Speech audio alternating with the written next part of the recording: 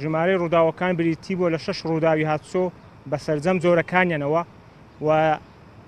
لە کۆی ئەم ڕووداوانە قوربانیەک هەیە بە ژیان لەدەستدانی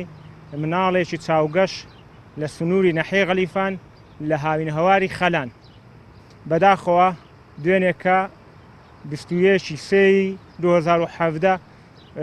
شوفێرێک کۆنتترۆلی خۆی لەدەستداوە، خۆی کێشاوە بەناو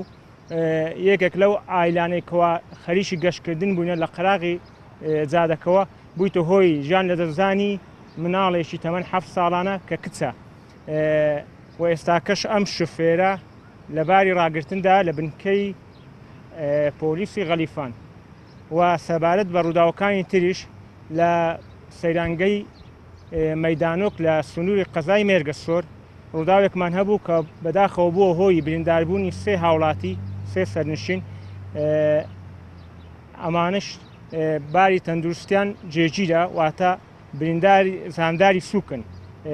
و لێرەشدا داوا لە هاوڵاتیانەکەین و لە گەشتیاریانەکەین و لە شوفێرەکانەکەین کەوا پابەندی ڕووداوەکان پابەندی ڕێنمایەکانی هاتسۆ بن لە هەر ئەگەرێک خۆیان دوور بگرن و بۆ ئەوی خۆیان و سەر و ماڵ و هاو نیشتیمانان و سەرنشینەکانیان